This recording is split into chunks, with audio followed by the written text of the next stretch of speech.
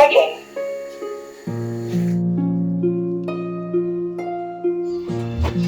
Mummy yes.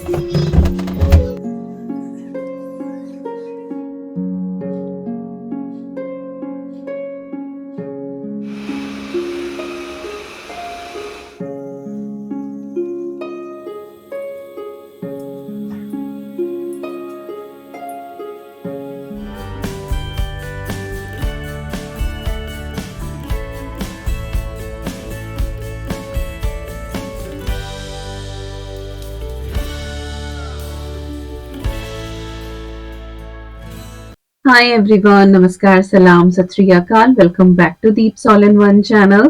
I hope you all are doing really well. Navratri के पहले दिन का ये व्लॉग है और सुबह सुबह ढेर सारे काम होते हैं। इस बार वैसे काफी अच्छा रहा क्योंकि संडे के दिन से नवरात्रि शुरू हो रही थी और स्कूल और ऑफिस की कोई भी भगदड़ नहीं थी, तो सुबह आराम से सारी चीजें हुई। तो घर की साफ सफाई अच्छे से हो चुकी है, नहाना हो चुका है, मंदिर मैंने क्लीन कर लिया है और अभी मैं ये बॉक्स निकाल के लेकर आई हूँ। आपको ध्यान होगा मंदिर में नीचे ना 3 बॉक्सेस रखे हुए हैं, उनमें मैंने डिफरेंट डिफरेंट आइटम्स पूजा से रिलेटेड रखे हैं। जैसे कि इस पर्टिकुलर बॉक्स के अंदर सारे एक्स्ट्रा बर्तन, कलश जो भी मुझे फेस्टिवल के टाइम पे चाहिए होते हैं वो मैंने एक साथ रखे हैं। तो आज मुझे पूजा के लिए जो भी चीजें चाहिए वो सब मैंने निकाल के एक साथ रख ली हैं ताकि फटाफट मैं इनको अरेंज करना शुरू करूं। यहाँ पे ये एक बॉक्स है जिसमें मैं दिया बाती से रिलेटेड चीजें रखती हूँ और साथ ही कलावा इसमें रहता है, रोली, कपूर, चंदन, हवन सामग्री जो ओकेजनली चीजें यूज होती हैं वो सब इस बॉक्स के अंदर रहती हैं। और ये जो प्लास्टिक का बॉक्स है जो पहले मैंने आपको वो बॉक्स दिखाया था उसी तरह का एक और बॉक्स है, उसके अंदर रहता है। Oh my God, so many boxes I have told here. Well यहाँ पे अब मैं कलश की तैयारी कर रही हूँ, तो 2 छोटी छोटी प्लेट में मैंने यहाँ पे लिए हैं चावल, एक में हल्दी डाली है और एक में मैंने रोली डाली है। एक प्लेट में इसमें से कलश के नीचे रखूंगी और एक प्लेट में कलश के ऊपर रखूंगी और उसके ऊपर फिर नारियल रखा जाएगा। एक चीज मैं यहाँ पे मेंशन करना चाहती हूँ कि जिस तरीके से मैं कर रही हूँ ऐसा बिल्कुल भी जरूरी नहीं है कि आप भी इसी तरीके से करें। सबकी अपनी आस्था, अपनी श्रद्धा, अपना विश्वास, अपने रीति रिवाज है। तो आपको जैसे पता है आप उस हिसाब से करें, मुझे जैसे पता है मैं उस हिसाब से कर रही हूँ। तो पूजा पाठ में कभी भी कोई भी वहम नहीं आना चाहिए। तो जिस तरह से मैंने देखा है, सीखा है, मैं बिल्कुल उस हिसाब से कर रही हूँ। मे बी ये तरीका आपके तरीके से बिल्कुल डिफरेंट हो और मे बी इसमें से कुछ चीजें बिल्कुल ही अलग हो और मे बी कुछ चीजें बिल्कुल सेम हो। तो जो भी है, जैसे भी है, सबका भगवान के साथ अपना रिश्ता है। मैं एक लाइफस्टाइल ब्लॉगर हूँ, अपने डे टू डे लाइफ आपके साथ शेयर करती हूँ और इसीलिए ये चीजें भी आपके साथ मैं यहाँ पे शेयर कर रही हूँ। बट ऐसा कुछ भी नहीं है कि मैं आपको ये कुछ सिखाने की कोशिश कर रही हूँ। तो यहाँ पे नारियल भी मेरा तैयार हो गया है। कलश के ऊपर, नारियल के ऊपर स्वस्तिक मैंने बना दिया था। साथ ही नारियल के ऊपर मैंने कलावा लपेट दिया है। कई बार अगर चुनरी होती है तो मैं चुनरी भी लपेट देती हूँ।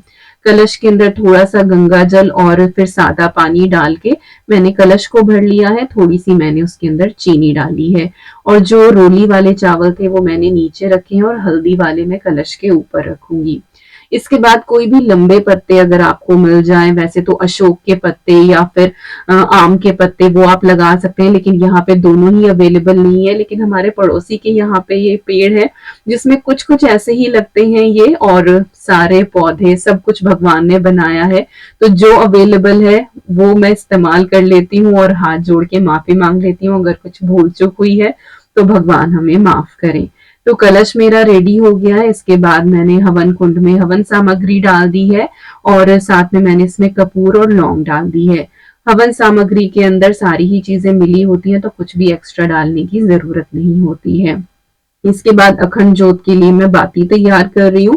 तो मैं कलावे से ही तैयार करती हूँ क्योंकि कॉटन वाली कई बार बहुत मोटी भी हो जाती है और फिर इतनी लंबी दिए के अंदर समाती नहीं है, फिर बीच में वो आपको चेंज करनी पड़ती है। तो मैं कलावे की बना लेती हूँ और काफी लंबा मैंने कलावा लिया है और इसको लपेट के मैं 4 फोल्ड करूंगी। और इतनी बाती जो है, क्योंकि काफी टाइम से मैं करती आ रही हूँ, तो अंदाजा हो जाता है कि 9 दिन के लिए कितनी मुझे जरूरत होगी। तो ये 9 दिन तक आराम से चल जाती है। और ये जो मेरा दिया है, इसको मैं 3 से 4 बार 24 घंटे में फिल करती हूँ, और पूरे 9 दिन में नवरात्रि में लगभग 1 किलो के करीब घी लग ही जाता है। तो थोड़ा थोड़ा अंदाजा भी मैं आपको यहाँ पे देती जा रही हूँ। इन केस आप अखंड जोत नहीं लगाते हैं और आप लगाने की सोच रहे हैं, तो आपको थोड़ा सा अंदाजा यहाँ पे पड़ ही जाएगा। और अखंड जोत के लिए जो घी है वो मैं हमेशा अलग से ही लेकर आती हूँ।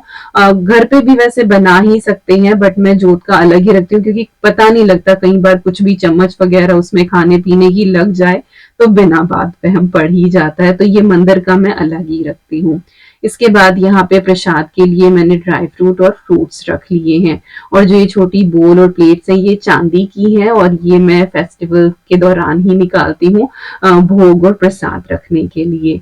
तो लगभग यहाँ पे मेरी सारी तैयारी हो गई है, और हवन के लिए भी मैंने यहाँ पे जो है वो प्रज्वलित कर दी है जोत, और इसके ऊपर मैंने थोड़ा सा घी डाल दिया है। इससे बहुत अच्छे से जो सामग्री है वो जल जाती है, और हवन बहुत आसानी से हो पाता है। बिल्कुल चुटकी चुटकी लेके हम लोग हवन करते हैं, अदरवाइज फायर अलार्म बज जाता है और फिर दिक्कत होती है। तो खिड़की दरवाजे खोल के तब हम अपना पूरा हवन करते हैं। इसके बाद मैंने पूजा करी, उसमें बहुत सारी चीजें होती हैं, दुर्गा स्तुति, दुर्गा चालीसा, नवरात्रि की पहले दिन की कथा और पर्टिकुलर डे की कथा, बहुत सारी चीजें होती हैं। सब कुछ करने के बाद फिर हवन आरती होती है, और फाइनली अभी मैं आपको अपने मंदिर के यहाँ पे दर्शन करा रही हूँ।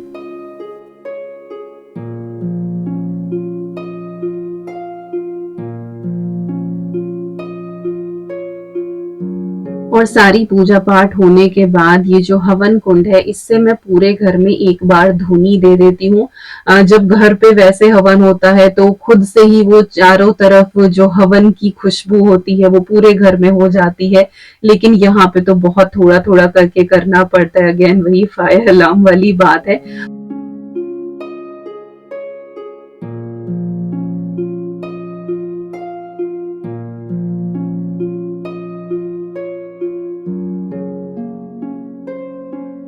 तो पूरे घर में अच्छे से हवन की खुशबू हो जाती है, नेगेटिविटी दूर हो जाती है, और एक अच्छा सा माहौल क्रिएट हो जाता है। और हवन के बाद जो वो खुशबू होती है ना सामग्री और कपूर की, दैट इज ऑसम, बहुत ही अच्छी लगती है।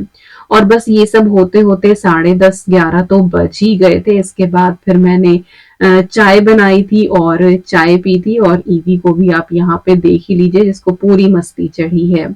दोपहर के माता रानी के भोग के लिए मैं यहाँ पे थोड़ा सा मीठा बना रही हूँ। तो ये मैंने मिल्क पाउडर लिया है, और आप किसी भी ब्रांड का ले सकते हैं। और फिलहाल मैं खोया बना रही हूँ, इंस्टेंट बना रही हूँ माइक्रोवेव में। वैसे तो आप जो है वो स्टोव टॉप पे भी बना सकते हैं। इसी तरह से मिल्क पाउडर और मिल्क को आप आपस में मिक्स करके थोड़ा सा उसमें घी डाल के और चूल्हे पे चढ़ा दे, और उसको लगातार चलाते हुए पकाते रहे। जो भी कंसिस्टेंसी आपको चाहिए तब तक आप उसको पका लें। मैं इसको माइक्रोवेव में 30 सेकंड के लिए रख रही हूँ। 30 सेकंड में ये बिल्कुल डन हो जाता है। अगर आपको लगे कि थोड़ा सा लिक्विडी है तो और 15 सेकंड्स के लिए आप इसको हाई पावर पे रख दें।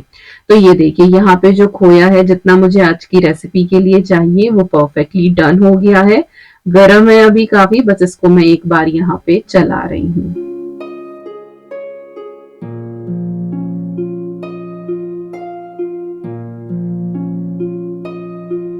और खुशबू इसमें से बहुत ही अच्छी आ रही है, जैसे बिल्कुल अभी ताजा ताजा आपने दूध काढ़ के यहाँ पे खोया मावा बनाया हो। अच्छा, गरम गरम के अंदर ही हम इसमें डेसिकेटेड कोकोनट और थोड़े से तिल ऐड कर देंगे। बेसिकली मैं लड्डू ही बनाने वाली हूँ यहाँ पे, और गरम खोए के अंदर इसीलिए मैंने ऐड करे हैं। इससे जो मॉइस्चर है ना इसका, वो डेसिकेटेड कोकोनट के अंदर आ जाएगा, वो थोड़ा सा सॉफ्ट हो जाएगा। साथ ही वो दोनों चीजें ठंडी है, तो वो खोए को जो है वो हेल्प भी करेंगे ठंडा होने के लिए, क्योंकि हमें इसमें फिर मीठा भी मिलाना है। इसको मैंने अच्छे से स्प्रेड कर दिया था, जिससे कि ये जल्दी से ठंडा हो जाए। तो 10-15 मिनट्स के अंदर ही ये बहुत अच्छे से ठंडा हो गया है। अब हमें इसके अंदर मीठा मिलाना है, और मैंने इसको टच करके देखा है कि कहीं ऐसा ना हो कि मैं इसमें मीठा ऐड करूं और वो मेल्ट ही हो जाए। तो यहाँ पे आप चाहे तो इसमें बूरा तगाड़ जो होता है या पिसी हुई चीनी आप वो डाल सकते हैं। मैं यहाँ पे गुड़ डाल रही हूँ। जितना पॉसिबल हो रहा है उतना ही हम जैगरी और गुड़ यूज कर रहे हैं अपने डेली के खाने पीने में। व्हाइट शुगर हमने बहुत ही ज्यादा कम कर दिया है, बट स्टिल कुछ रेसिपीज ऐसी होती हैं जिसमें व्हाइट शुगर ही इस्तेमाल करनी पड़ती है, तो जब वो बनाऊंगी वो तब की तब देखी जाएगी। बट हाँ, इसमें गुड़ जा सकता था। तो गुड़ को मैंने ग्रेट कर लिया है और उसको मैंने इसके अंदर अच्छे से ऐड कर दिया है। अब स्पैचुला से आप इसको अच्छे से मिक्स कर पाए तो कर लें, अदरवाइज इसको फिर हाथ से आप अच्छे से यहाँ पे मिक्स कर लें। इन केस आपको लगे कि थोड़ा सा लिक्विड ही हो रहा है तो आप इसमें थोड़ा बहुत डेसिकेटेड कोकोनट और ऐड कर सकते हैं।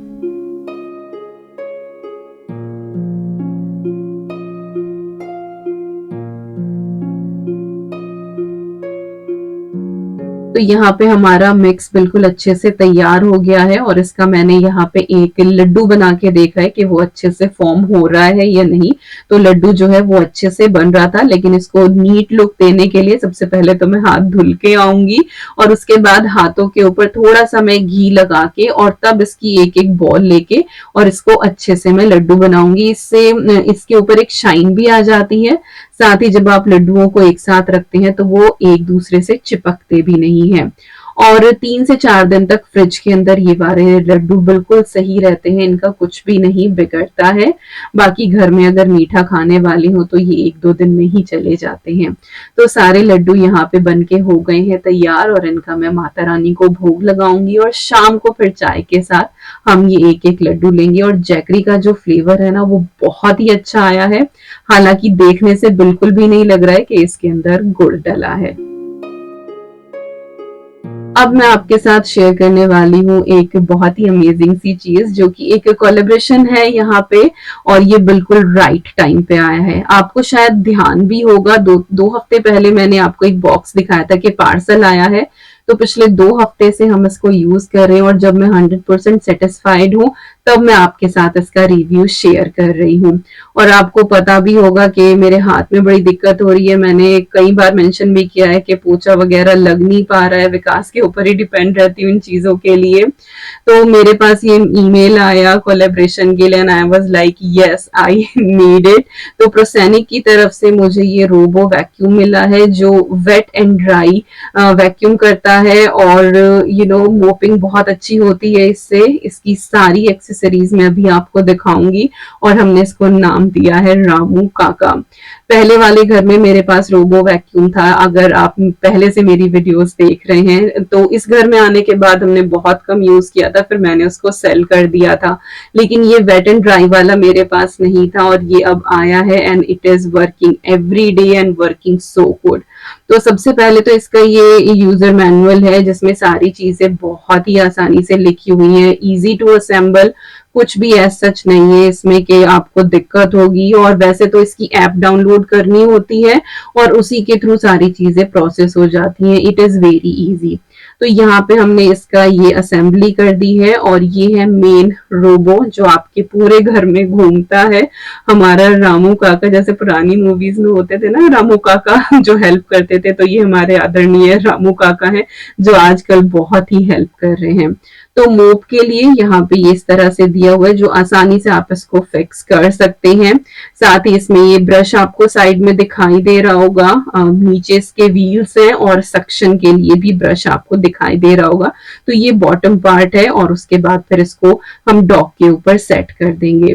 तो यहाँ पे QR कोड दिया हुआ है जिसको स्कैन करना होता है। इससे ये आपकी जो डिवाइस है वो रजिस्टर हो जाती है, फिर वो अपने आप ही पूरा मैप एलोकेट कर लेता है। और सबसे पहले क्योंकि अभी अभी खोला था तो इसको हम पहले रिचार्ज करेंगे। तो रिचार्ज वाला बटन प्रेस किया है तो रोबो ने यहाँ से चलना शुरू कर दिया है और ये सीधा जाके चार्जिंग डॉक पे रुकेगा।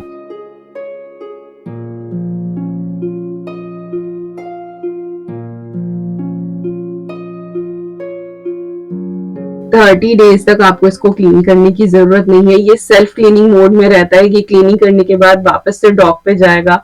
अपने आप को क्लीन करेगा, आपको कुछ भी नहीं करना है और आप इसका टाइम सेट कर सकते हैं कि उस टाइम पे ये आपके घर को अच्छे से क्लीन कर दे। जैसे कि मैंने रात को 10 बजे का किया हुआ है और ये आराम से झाड़ू पोछा करके और पूरा घर अच्छे से क्लीन करता है।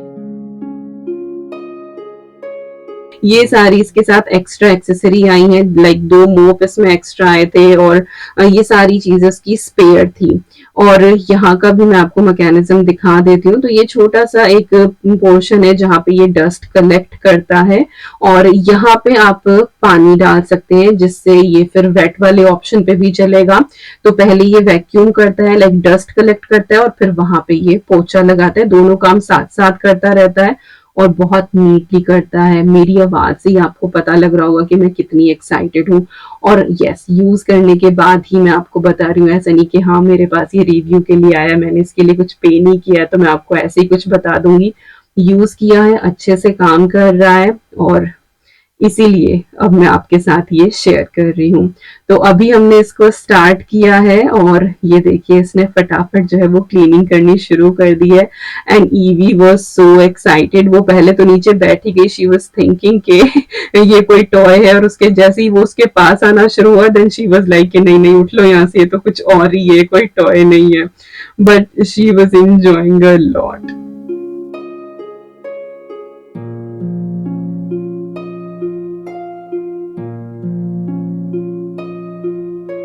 और यहाँ पे आप इसकी वर्किंग देख ही सकते हैं। और ये छोटे छोटे जो ऑब्स्टेकल होते हैं उनके ऊपर भी, ये जैसे कि यहाँ पे ये ब्रेकफास्ट बार का था, इसके ऊपर भी इसने चढ़ने की कोशिश करी है और उसने उसको भी क्लीन किया है।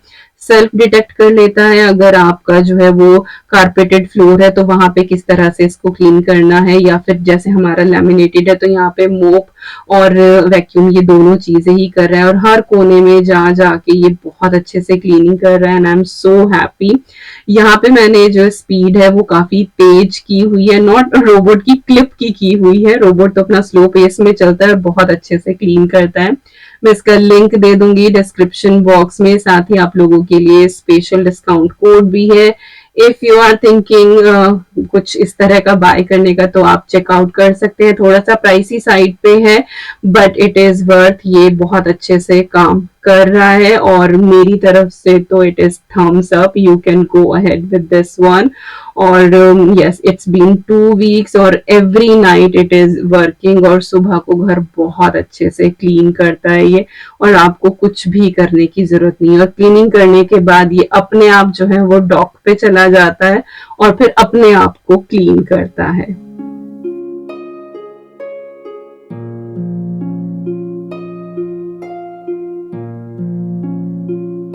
और यहाँ पे इसने अपने आप को चार्ज करना शुरू कर दिया है। So again all the links will be in the description box और मैं सारी डिटेल्स भी वहां पे प्रोवाइड करा दूंगी।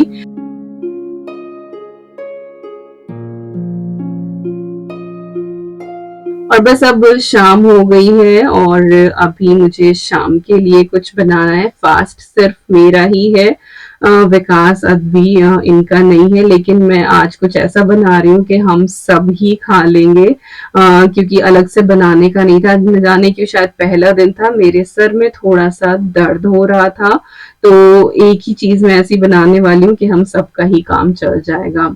तो आज ग्रोसरी के टाइम पे विकास लेकर आए थे कच्चे केले, तो रो बनाना के हम यहाँ पे कटलेट्स बनाएंगे जो बहुत टेस्टी लगते हैं और फिलिंग भी रहते हैं। तो 2 बिग साइज के यहाँ पे ये प्लांटेन है, कच्चे जो केले होते हैं, तो इनको मैं थोड़ा सा चंक्स में कट कर लूंगी और इसके बाद हम इनको प्रेशर कुक करेंगे। तो 2 से 4 सीटी में ये आराम से डन हो जाते हैं। बॉईल करना जो है वो जरूरी है। वैसे तो कच्चे के भी बना सकते हैं लेकिन फिर कुक होने में उतना ही ज्यादा टाइम लगेगा, तो ये सबसे इजी वे रहता है। तो इसमें मैंने पानी डाल दिया, सॉल्ट वगैरह कुछ भी ऐड करने की जरूरत नहीं है और बस इसको 2 से 3 विसल आपको लगवानी है, दैट्स इट।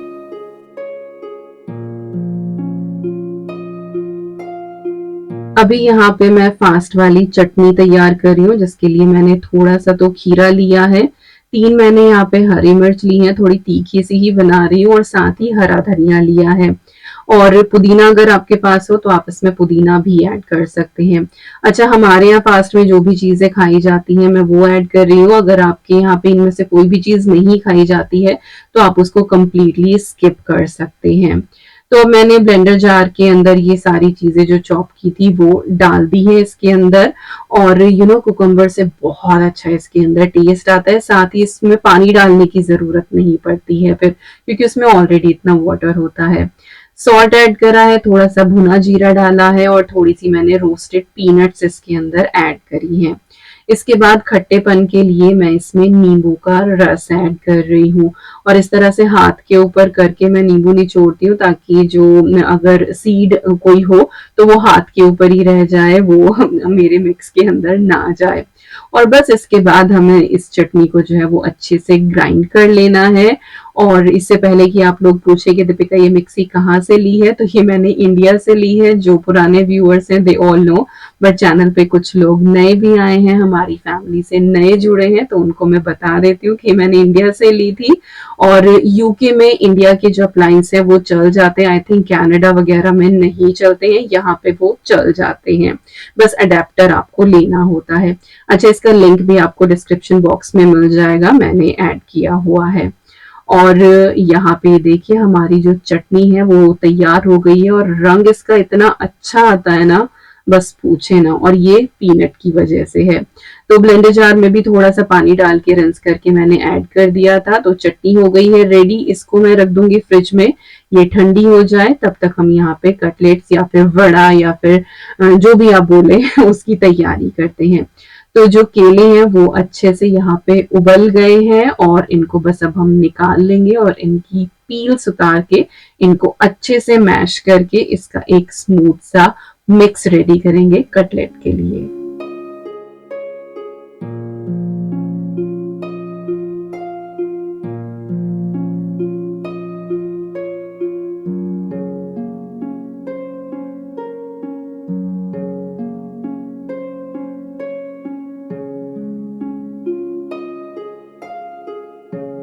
अच्छा, यहाँ पे एक चीज का ध्यान रखिए, जब ये गरम गरम है ना आप इनको तभी मैश कर लें। अगर ये ठंडे हो जाएंगे ना तो फिर आपको मैश करने में दिक्कत होगी, फिर आपको इनको ग्रेट ही करना पड़ेगा। और 2-3 सीटी लगवाने के बाद भी केले के अंदर ऐसा नहीं होता कि ये बहुत ज्यादा मॉइस्चर ले जाता है या पानी पी जाता है। जैसे होता है ना कि आलू को अगर आप ज्यादा उबाल दे तो वो ज्यादा पानी ले जाता है, केले के साथ ऐसा नहीं होता है। ये वही इसी तरह से खड़ा खड़ा सा इसका टेक्सचर रहता है और कटलेट्स के लिए बिल्कुल परफेक्ट है ये। अब हम इसके अंदर ऐड करेंगे साबूदाना। तो मैंने आधे कप के करीब ये साबूदाना लिया था जो बारीक वाला होता है, और इसको अच्छे से वॉश करके मैंने 15-20 मिनट के लिए सोक करके रख दिया था। पानी निचोड़ के अब मैंने यहाँ पे इसको ऐड कर दिया है। सॉल्ट डाल दिया है टेस्ट के हिसाब से, सेंधा नमक आप फास्ट वाला। और साथ ही मैंने इसमें भुना जीरा डाला है, आप चाहें तो हाथों से क्रश करके भी ऐड कर सकते हैं। धनिया पाउडर मैंने इसमें ऐड किया है। इसके अलावा जो भी स्पाइसेस आप खाते हैं आप वो ऐड कर सकते हैं। इसमें आप अदरक भी डाल सकते हैं, हरी मिर्ची भी डाल सकते हैं, काली मिर्च का पाउडर भी डाल सकते हैं। बट अवनी भी खाने वाली है तो इस वजह से मैंने इसमें कुछ भी और कुछ ऐड नहीं किया, बिल्कुल बेसिक सा ही मैंने इसको रखा है। तो ये ऐसा आप अपने हिसाब से मॉडिफाई कर सकते हैं। इसके बाद इसको अच्छे से हमें नीड करना है, बिल्कुल ये डो की तरह हो जाएगा और इसका एक स्मूथ सा यहाँ पे डो तैयार होगा जिसकी आप बॉल्स बहुत आसानी से बना पाएंगे।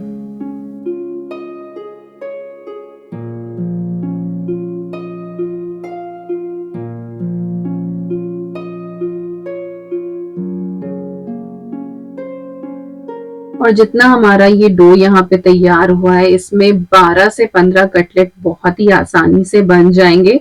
बस डिपेंड करेगा कि आप साइज कितना बड़ा रख रहे हैं। तो नॉर्मल साइज का अगर बनाएंगे तो 12 से 15 आसानी से बन जाएंगे।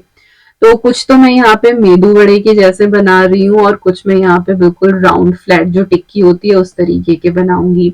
तो मेदू वड़ा वाले बनाने के लिए आपको लेना है और इसको अच्छे से फ्लैट करके इसमें बीच में होल कर देना है, दैट्स इट। तो ये देखने में बहुत ही ज्यादा अच्छे लगते हैं और होता है ना कि खाना पहले आप आंखों से देखते हैं, आपको वो अच्छा लगता है, तो फिर आप खाते हैं तो उसका स्वाद और भी ज्यादा बढ़ जाता है। इसके अंदर सारी ही चीजें ऐसी हैं जो ऑलरेडी काइंड ऑफ कुक्ड है। लाइक साबूदाना को बहुत टाइम चाहिए नहीं होता है कुक के लिए, बनाना हमारा ऑलरेडी कुक्ड है ही, तो ऐसा कुछ भी रॉ नहीं है इसमें। तो इसको आप चाहे तो शैलो फ्राई कर लें, चाहे तो थोड़ा सा स्प्रे करके आप इसको एयर फ्राई कर लें, या फिर ओवन में डाल दें, या फिर जल्दी काम निपटाना हो और अच्छा सा ब्राउन टेक्सचर लाना हो तो आप इसको डीप फ्राई भी कर सकते हैं। मैं आज इसको डीप फ्राई ही करने वाली हूँ। तो देखिए यहाँ पे मैंने ये वड़े बना लिए हैं। मॉडरेटली हॉट हमारा ऑयल यहाँ पे होना चाहिए, आप चाहे तो घी में भी फ्राई कर सकते हैं। और फास्ट में हम सरसों का तेल इस्तेमाल नहीं करते हैं क्योंकि वो सीड्स होते हैं। आई डोंट नो क्यों सरसों का तेल नहीं किया जाता है, तो सरसों का तेल हम नहीं करते, रिफाइंड ऑयल ही यूज करते हैं अगर कुछ डीप फ्राई करना होता है। मीठा अगर कुछ फ्राई करना है तो उसमें फिर घी का इस्तेमाल कर लेते हैं। तो 5 से 7 मिनट में ही ये बहुत अच्छे से गोल्डन ब्राउन हो जाते हैं, और जैसे ये गोल्डन ब्राउन हो आप बस इनको बाहर निकाल लें और इसके बाद चटनी के साथ इनको सर्व करें। तो पहले मैंने भोग की थाली यहाँ पे माता रानी के लिए तैयार कर दी है और इसके बाद फिर हम ग्रहण करेंगे। तो यस, यही था आज का व्लॉग। आई होप आपको आज की ये 3 छोटी छोटी सी रेसिपी पसंद आई होंगी। आप इस नवरात्रि में ट्राई करेंगे। मिलती हूँ नेक्स्ट व्लॉग में। Till then you guys take care and I am sending lots and lots and lots of love to you all. Thank you so much for watching. Take care and bye bye.